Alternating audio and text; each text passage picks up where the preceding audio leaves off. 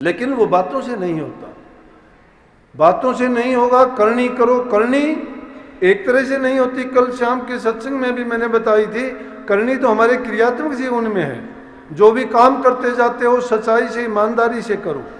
सच्चाई से जो काम किया जाता है वो धर्म के निमित्त किया जाता है, धर्म में रह के किया जाता है। और जो आदमी धीरज रखता है वो धर्म का भी पालन करेगा।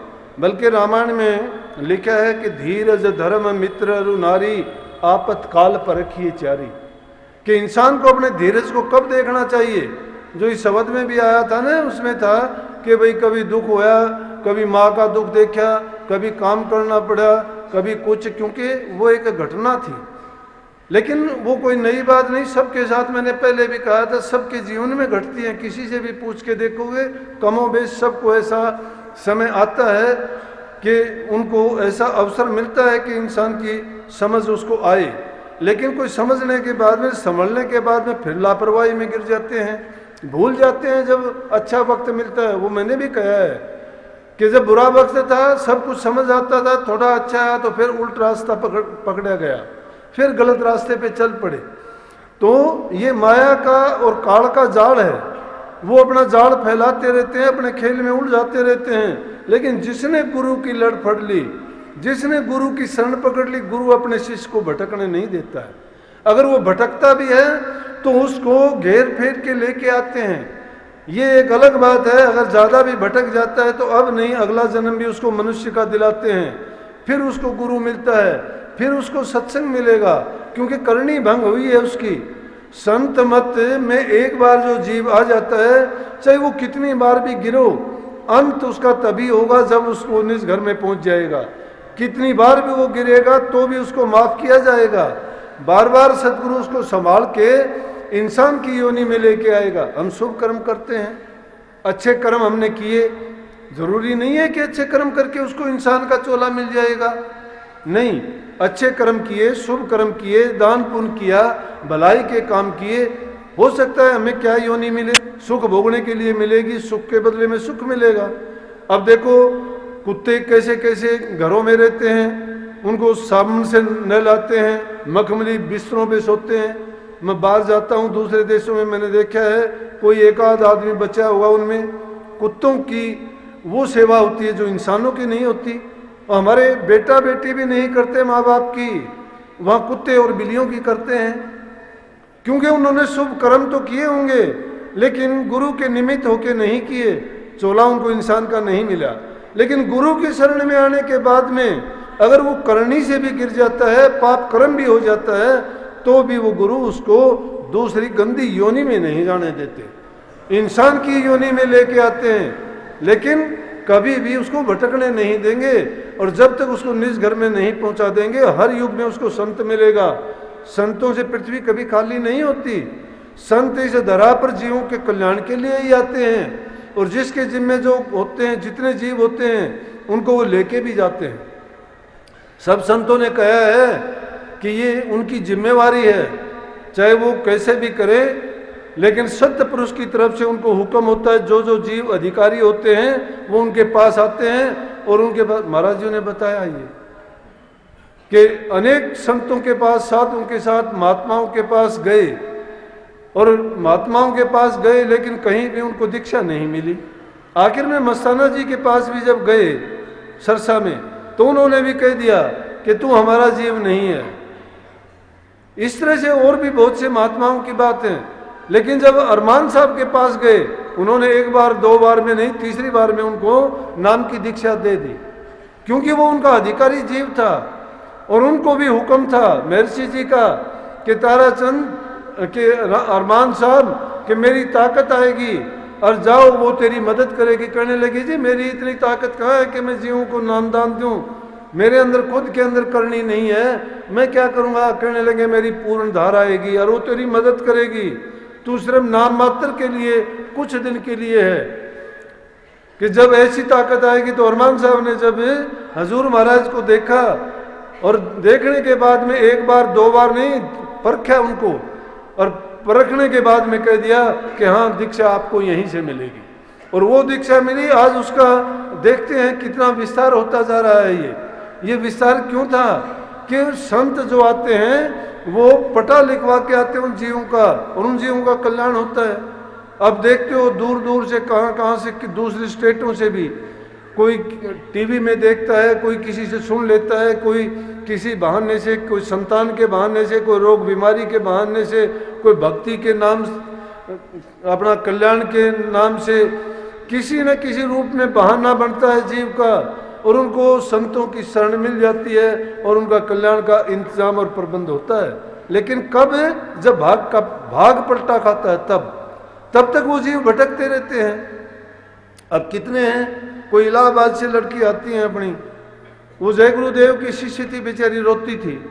यहाँ आने के बाद कहने लगी जी हमें शांति मिल गई कि गुरु जी जाने के बाद में हमें कोई ऐसी चीज़ नज़र नहीं आई कि जिससे हमारी रूहानियत प्यास पूरी हो सके। लेकिन टीवी पर जब सत्संग आपका देखा सुना तो दिल में ये यकीन और तसल्ली हुई कि कम से कम रूहानियत का सत्संग कहीं तो है, और वहाँ जाके हमारी तड़प पूरी होगी। अब वो आते हैं और आने के बाद कभी जाने का मन नहीं करता। कितने दूसरे लोग और दूसरे के सत्संगी हैं बेचारे। मैं किसी का ना नेम तुड़वाता हूँ, ना उनको ये कहता हूँ अपने गुरु और धर्म को छोड़ो।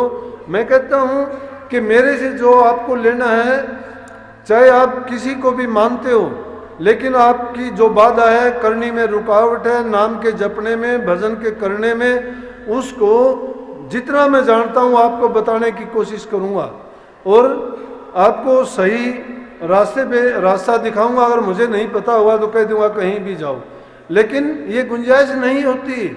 आज धर्म के नाम पर आडंबर हो रहे हैं, आज धर्म के नाम पर तालियां पीटी जा रही हैं, आज धर्म के नाम पर ड्रामे और नौटंकी की जा रही हैं, गुरुओं की और धर्म की परिभाषाएं बदल गई हैं।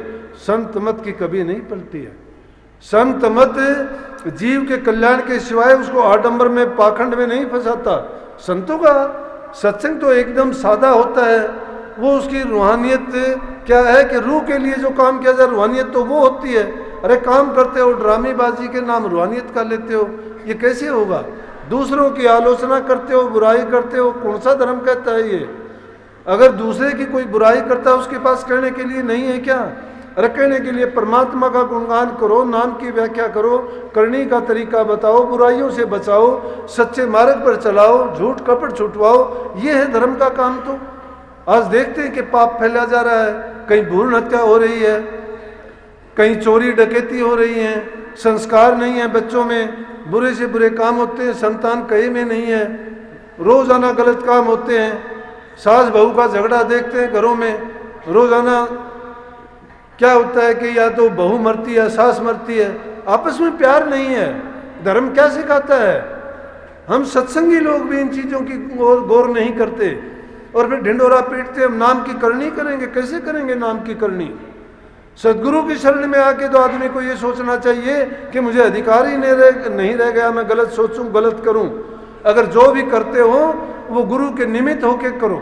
जो भी कर, क्यों कि जिस दिन नाम की दीक्षा ली थी उस दिन हमने अपने आप को कंप्लीट सरेंडर कर दिया था, गुरु के समर्पण हो गए थे हम कि मेरा तन मन धन विचार ख्याल सब आपके उससे होगा, सब आपकी अनुमति के रहनुमाई में और आपकी आज्ञा के बिना मैं कोई काम भी नहीं करूँगा।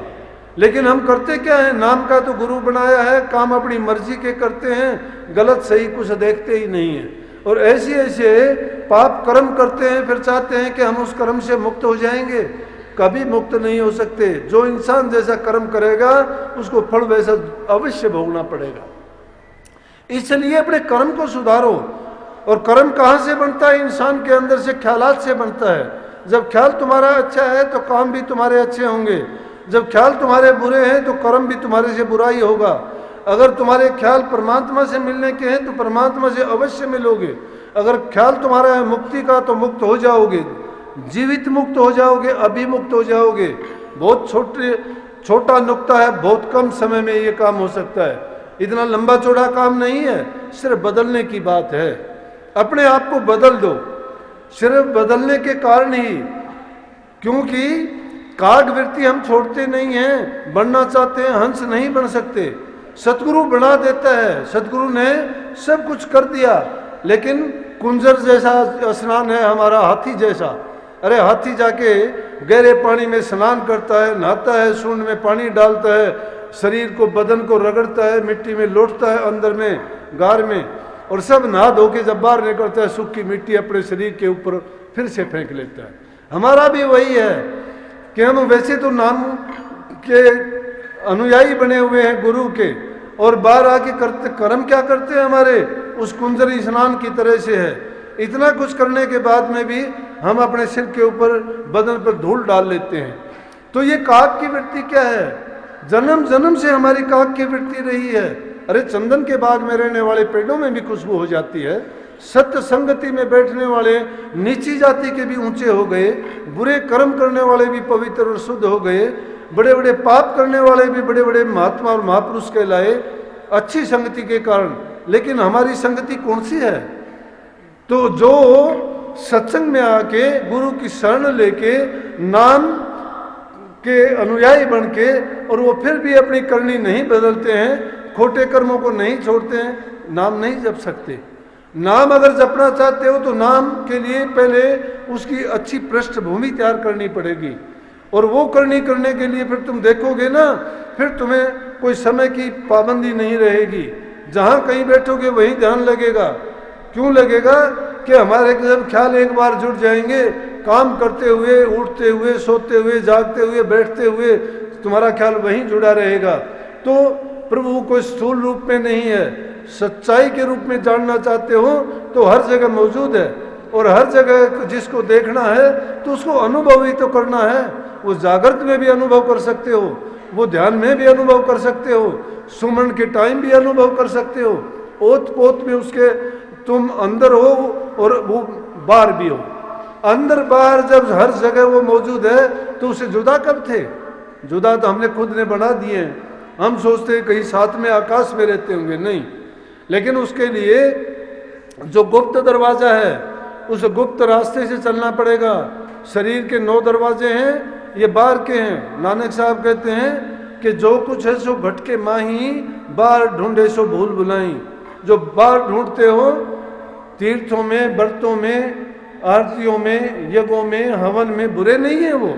ये भी मैं नहीं कहता, इसको गलत ना सोचना कि यज्ञ हवन पूजा करने से इंसान को वो क्या है, लौकिक भक्ति है, मान मिलता है, उसमें भी अच्छे विचार बनते हैं, और उनका जितना भी उनका पहुंच है उतना वो अच्छा फल देते हैं। लेकिन मुक्ति के लिए कहता हूँ, मुक्ति के लिए तो आपको नाम की ही कमाई करनी पड़ेगी। बिना नाम के जीव की मुक्ति नहीं है। और नाम है क्या? प्रभु का गुणगान, उनकी वास्तविकता से आदमी का साक्षात्कार। और जब वो साक्षात्कार कहाँ होगा? अपने आप में ही होगा। अपने आप में कैसे? कि जब इस शरीर के 9 दरवाजों को छोड़ के जब अंतर में तुम 10वें रास्ते चलोगे, जो सुखमन के रास्ते से ऊपर की मंडलों में जो जो ऊपर चढ़ता चला जाएगा तो तुम्हारा ये अंधेरा छटता चला जाएगा और प्रकाश में प्रवेश कर जाओगे। और वो सार तत्व में जब पहुंच जाओगे तो आपको वास्तविकता का भेद भी लग जाएगा कि वाक्य में जिस दुनिया में हम रहते हैं वो काल देश है, वो सिर्फ क्षण भंगुर है और कुछ नहीं है। इस दुनिया में तो जीव मुसाफिर की तरह आता है, जाता है, बार बार जन्मता है, मरता है। लेकिन जो गुरु की शरण पा जाता है, सच्चा ज्ञान, सच्चा भेद और सतनाम का जिसको भेद मिला है, वो सच्ची करनी करके गुरु के चरणों में जाके समा जाता है। उसको फिर ये कष्ट दुख नहीं भोगने पड़ते। परंतु उसके लिए ज़रूरी है, भाई मैं ये जो बात बताता हूँ ये ना सोचना मैंने इनका पालन भी किया, गणा नहीं थोड़ा किया होगा। गुरु की शरण में रहा हूँ, मैं जानता हूँ साथी लोग और होंगे, लेकिन जिनको मान बढ़ाई चाहिए थी, जो इज्जत के भूखे थे, जो 420 चालाकियाँ करते थे, उन लोगों को कुछ नहीं मिला। क्यों नहीं मिला? कि उनको खाक छाननी थी, वो अब भी छान रहे हैं। ऐसे ऐसे दुष्ट और नीच पापी है, उनकी वृत्ति अब भी नहीं बदली है और वो बदलेगी भी नहीं उनकी, क्योंकि वो पाप बुहारने के लिए आए हैं। उनको पाप बुहारने हैं।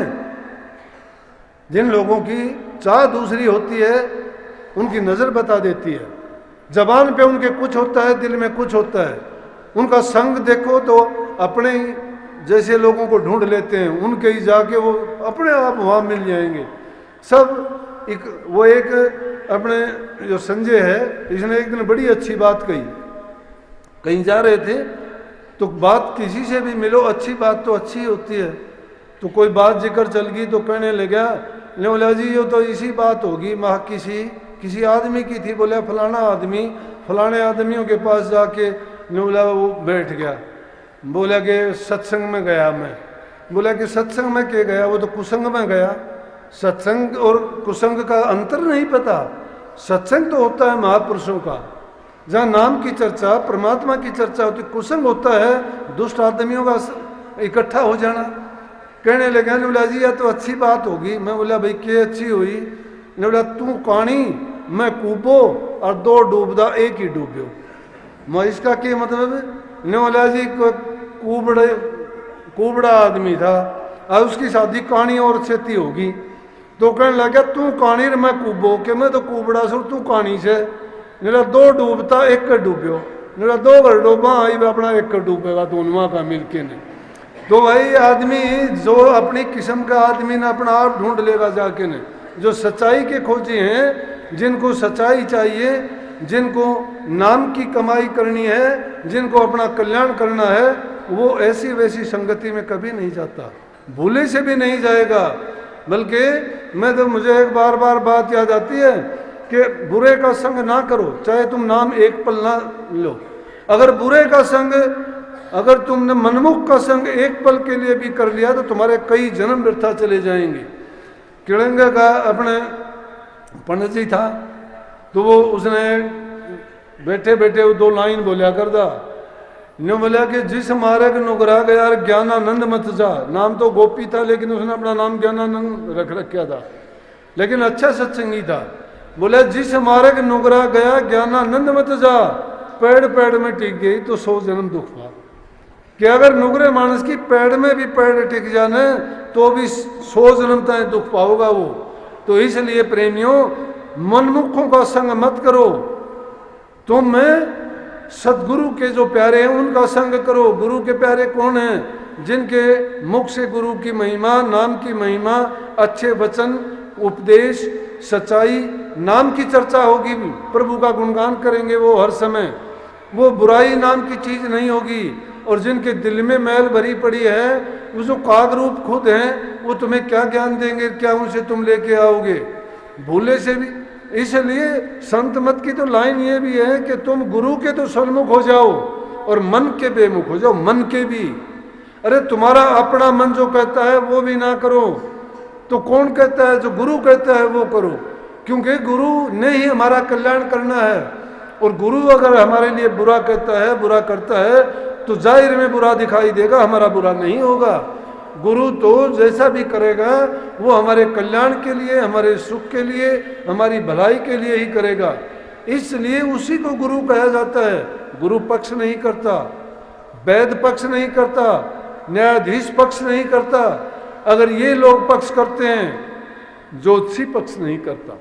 राजा, गुरु, वैद्य, ज्योतिषी अगर ये पक्ष करने लग जाए तो उनको राजा, वैद्य, गुरु, ज्योतिषी नहीं कहना चाहिए।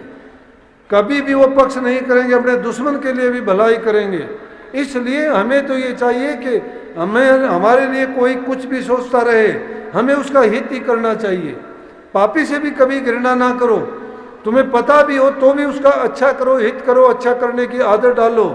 पाप कर्म में कभी भी अपने ख्याल विचार को ना जाने तो करना तो दूर की बात। आज समाज में जो बुराइयां फैली हुई हैं, जाहिर है वो सब की सब, और सबसे बुराई है बेटी को बचाना, बेटी को मारना। बेटी को मारना नहीं, बेटी को बचाओ। आपको क्या अधिकार है कि किसी की जान लो?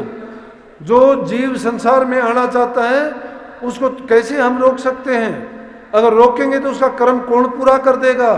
उसके जिम्मे जो काम है वो कौन दुनिया में पूरे करेगा? उसने किन किन का कर्जा देना है वो कौन देगा? ये बात तो हम जानते हैं। लेकिन फिर भी अगर समाज में देखोगे, अगर ये लिंग अनुपात बिगड़ता जा रहा है, कल को लड़कियां नहीं होंगी तो आगे की क्या संतान पैदा होनी बंद हो जाएंगी, सृष्टि का विनाश हो जाएगा। पानी की बर्बादी हो रही है, देखते हैं, कोई परवाह नहीं करता। जिसको कहा जाता है अच्छी बात, किसी को कहना भी अच्छी नहीं लगती, अच्छी बात को नहीं मानते हैं। लेकिन जो कोई अपनी बुराई नहीं छोड़ता है, आप अपनी अच्छाई करनी मत छोड़ो, बार बार उससे कहो, कोई बात नहीं, एक बार में नहीं, 2 बार में नहीं, 4 बार में नहीं, वो कभी ना कभी उस बात के महत्व को समझेगा। अच्छा करने की आदत डालो, अच्छा करवाओ दूसरे से और अच्छी शिक्षा दो। तीसरी बात, घरों में प्यार प्रेम रखो। जब तक घरों में प्यार नहीं है आप भक्ति नहीं कर सकते। घरों में अगर शांति नहीं है कुछ भी नहीं कर सकते। वो जो जिक्र आया था अभी धीरज धर्म का, इंसान को धैर्य रखना चाहिए, वक्त आता है सब ठीक हो जाता है। जल्दबाजी करोगे नुकसान उठाओगे।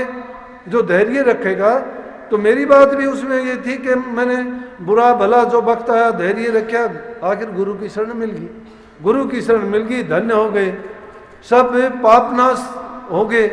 जितने कर्म थे एक भी बाकी नहीं रहा, क्योंकि हमारे अगर कर्म होते तो बहुत कष्ट होता, अब कोई कष्ट नहीं होता है। हाँ, जब यदा कदा कोई छोटे मोटे होते हैं वो हम जानते हैं कि वो तो गुरु इसलिए हमें देता है कि ताकि हम रास्ते से ना भटक जाएं। जो कि हमारी निंदा करता है, बुराई करता है, वो हमारे हितकारी हैं। वो हमें कहते हैं भटक मत जाना, अगर तेरे अंदर ये बुराई है तो इसको खत्म कर ले, अगर ये बुराई तेरे अंदर नहीं है तो उनको भौंकने दे, तेरा कुछ नहीं बिगड़ने वाला। सतगुरु अंग संग रह के हमारी रक्षा करता है। हम ही अगर सतगुरु को बुला दें तो फिर दोष किसको देंगे? गुरु का दोष नहीं है, उसमें गलती हमारी है। जब गुरु माथे से उतरे शब्द भी ना हो, गुरु अगर पल भर के लिए भी हमारे ख्यालात से निकल गया, अगर हमने ये सोच लिया कि कौन देखता है, गुरु नहीं देखता, नहीं। जब भी कोई कर्म करते हो सोचो दुनिया के लोग नहीं देखते, कोई उसके बारे में नहीं जानता, लेकिन सतगुरु जानता है। जिसके दिल में ये बात रहेगी सतगुरु देखता है, सतगुरु जानता है, उसको जो मैं करता हूँ सब पता है, तो हमारा कल्याण समझो हो गया। क्योंकि हम गुरु के बन गए, हम गुरुमुख हो गए, क्योंकि सब कुछ हमने गुरु के ऊपर छोड़ दिया। तो ना तो हम बुरा कर सकते हैं, ना बुरे रास्ते जा सकते हैं। और गुरु हमारे लिए क्या कहता है करने के लिए कि नाम की कमाई करो। नाम की कमाई करेंगे, नाम की कमाई करेंगे तो अपने आप अच्छा होता चला जाएगा। और एक बार जो अच्छा करने की आदत डाल लेता है वो फिर बुरे रास्ते पर नहीं जाएगा, भटकेगा नहीं। क्यों? कि गुरु उसकी रखवाली करता है, पहरेदारी करता है। अनेक बात ऐसी हैं कि जब जब कोई शिष्य भटकने के दौर से गुजरा तो गुरु ने प्रकट होके, चाहे उनको कितना कष्ट उठाना पड़ा, कि शिष्य के दुख दूर किए। मैंने तो साक्षात रूप में ऐसे देखे हैं, ऐसी ऐसी बातें जो कई बार दिल में तो आता है कह दूं, लेकिन नहीं कहूँगा। वो सही बात में तो नहीं कहूँगा, लेकिन ये कहूँगा कष्ट ऐसे ऐसे आए कि मैं उनको साथ में रहने वालों को पता भी है और मुझे बहुत उस चीज़ का दुख भी होया। लेकिन मैं तो एक ही चीज़ जानता हूँ कि अपने नित्य नेम की जो प्रार्थना, जो भजन बंदगी करता हूँ, उसके साथ मेरी, मैं आपको बताने के लिए कहता हूँ ये बात है कि मेरे साथ साथ वो बंदगी उससे भी पहले थी कि सतगुरु ऐसा नहीं होना चाहिए था, मैंने गलत काम नहीं किया, फिर ये काम क्यों हुआ। लेकिन मुझे हमेशा ये जवाब मिलता रहा और मुझे तसल्ली रही कि वो नहीं होगा। मैं कहता हूँ कुछ ही दिन में वो चोर भी पकड़ा गया और वो सामान भी दे दिया, सारा का सारा ऐसा दे दिया। और मैंने ये बात मैंने सबको बता दी थी कि माँ चोर ऐसा होगा कि तुम यकीन नहीं करोगे। चोर तुम्हारे पास रहने वाला होगा और अपने आप जाहिर हो जाएगा, नहीं जाहिर होगा तो मेरी गारंटी है वो महा अगर जल के नहीं मर जाए सबके सामने, उसको जलने क्या, उसको उससे पहले ही उसने तो फटाफट अपने आप एक नाटक और ड्रामा करके और वो ऐसे रख दिए। मैं कहने लगा धन्य सतगुरु, मत्था पीटा कि मैं इस छोटे से काम के लिए सतगुरु को इतना कष्ट देता हूँ। लेकिन ये यकीन आ गया कि सतगुरु कभी गलत नहीं होने देगा। जब भी कोई गलत होता है अपने आप सूक्ष्म रूप में सारे काम पूरे, अगर जिस तरह भी चाहते हैं उसी तरह से सतगुरु कर देता है। यकीन हमारा है नहीं, यकीन अगर हमारा हो, पलटू साहब क्या कहते हैं कि पलटू लिखी नसीब की, संत देते हैं फेर, जो दिल साच हो अपने तो पलक न लागे देर। एक पलक की देरी नहीं लगती, सच हमारे दिल में नहीं है। मान बढ़ाई के भूखे हो, इज्जत के भूखे हो, झूठी बातों के लिए फिरते हो इधर उधर। अगर सच्ची भक्ति करते हो, दिल में सच्चाई रखो, दिल की पवित्रता काम आएगी। शरीर को कितना नहाओ धो, कितनी चापलूसियां करो, कितनी जबान से चतुराई करो, कितने ग्रंथों का अध्ययन करो, कुछ नहीं होगा। करनी बड़ी है, करनी करो। गुरु ने तो करनी कराने के लिए कहा है, और कोई पाखंड नहीं बताता। और वो कैसे होगा? घरों में प्यार प्रेम रखने से, बूढ़े बुजुर्ग की इज्जत कदर करने से, जबान से मीठा और सत्य बोलने से, पाप कर्म छोड़ने से। भजन ही भजन है। फिर जिस इंसान के पास सत्य है वहीं भक्ति है। जहाँ सत्य नहीं वहाँ पाप और काल है, वहीं विनाश है, और वो कभी भी उबर नहीं सकता।